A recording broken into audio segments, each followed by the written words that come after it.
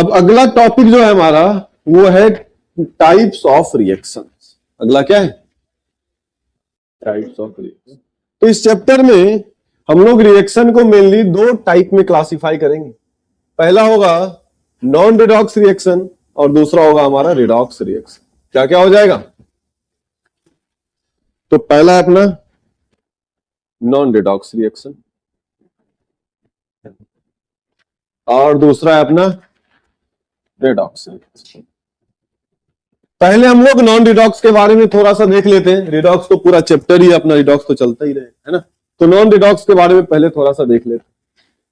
नाम से ही दिख रहा है कि यहां पर नॉन रिडॉक्स में ना तो ऑक्सीडेशन हो रहा होगा ना ही रिडक्शन हो रहा होगा, मतलब no any change in oxidation number, है ना, no change in oxidation number. ठीक बात।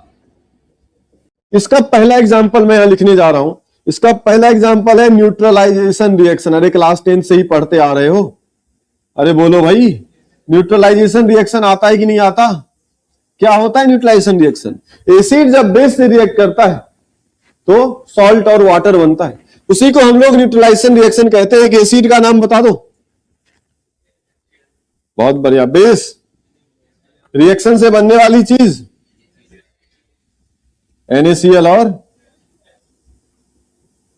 अब देखो मैंने तो लिख दिया इसको नॉन रिडॉक्स के नीचे, लेकिन मैं चाहता हूं तुम चेक करो कि क्या hydrogen, chlorine, sodium, oxygen, hydrogen, इसमें से किसी का भी ऑक्सीडेशन नंबर चेंज नहीं होना चाहिए। चेक करो क्या सबका सेम है।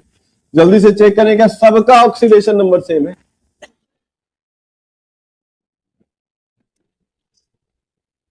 हाइड्रोजन का ऑक्सीडेशन नंबर, हाइड्रोजन अगर नॉन मेटल के साथ जुड़ा हुआ है तो क्या हाइड्रोजन +1 में होगा, क्लोरीन -1 में होगा, अल्कली मेटल +1 में होगा। हाइड्रोजन ऑक्सीजन से जुड़ा है तो हाइड्रोजन +1 में होगा, ऑक्सीजन -2 हो जाएगा। इधर सारे एटम का पता चल गया, उधर पता करो अल्कली मेटल +1 में तो क्लोरीन -1 में, ऑक्सीजन -2 में, हाइड्रोजन +1 में। क्या सबका सेम है? अरे एक भी एटम ऐसा नहीं है जिसका ऑक्सीडेशन नंबर चेंज हो रहा है। अगर किसी का ऑक्सीडेशन नंबर चेंज नहीं हो रहा है तो नॉन रिडॉक्स रिएक्शन। तो न्यूट्रलाइजेशन रिएक्शन जो है वो किस कैटेगरी में आएगा? Non redox. कोई दिक्कत? अगला एग्जांपल, ये भी तुम लोग क्लास 10th में पढ़े हुए हो, डबल डिस्प्लेसमेंट रिएक्शन है। नाम तो सुना ही होगा, डबल डिस्प्लेसमेंट रिएक्शन। एक एग्जांपल बता दो डबल डिस्प्लेसमेंट रिएक्शन का। अगर NaCl का रिएक्शन मैं AgNO3 से कराऊं तो बता दो क्या बनेगा। अरे दोनों सॉल्युबल सॉल्ट हैं। एक लाइन में बोलने जा रहा हूं, शायद हो सकता है मैंने पहले भी बोला हो, ये आगे भी तुम्हारे काम आएगा। All nitrate salts are water soluble. बोला है क्या? All nitrate salts are water soluble. तो क्या AgNO3 वाटर में सॉल्युबल होगा?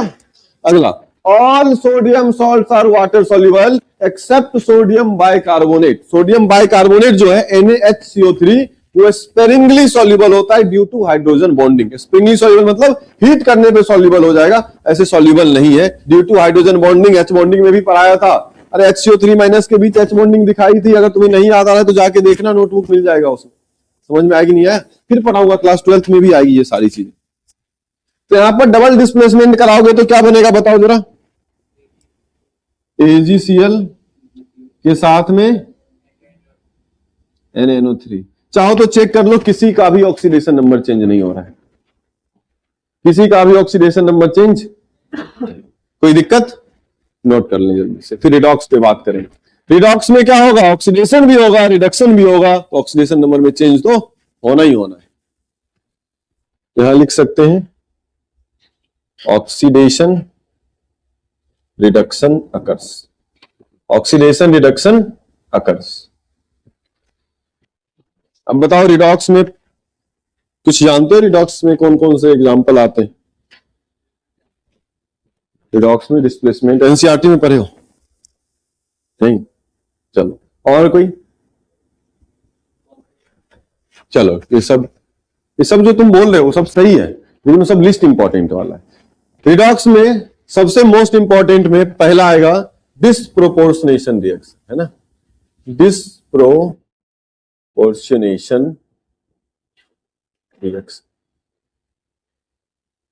उसके बाद दूसरा आएगा कॉम्प्रोपोर्शनेशन रिएक्शन।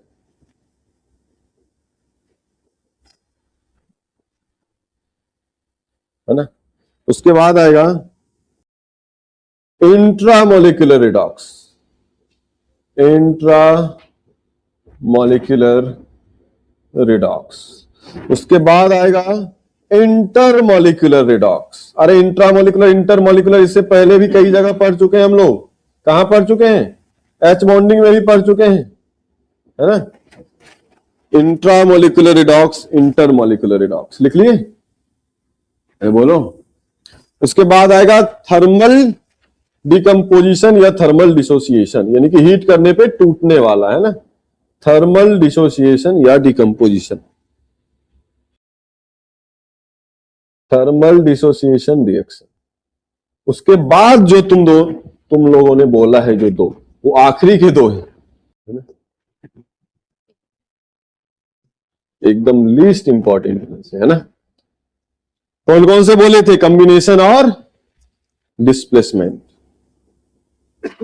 डिस्प्लेसमेंट रिएक्शन एंड आखिरी जो है अपना कॉम्बिनेशन रिएक्शन। अरे लिख लोगे? जल्दी से लिख लो।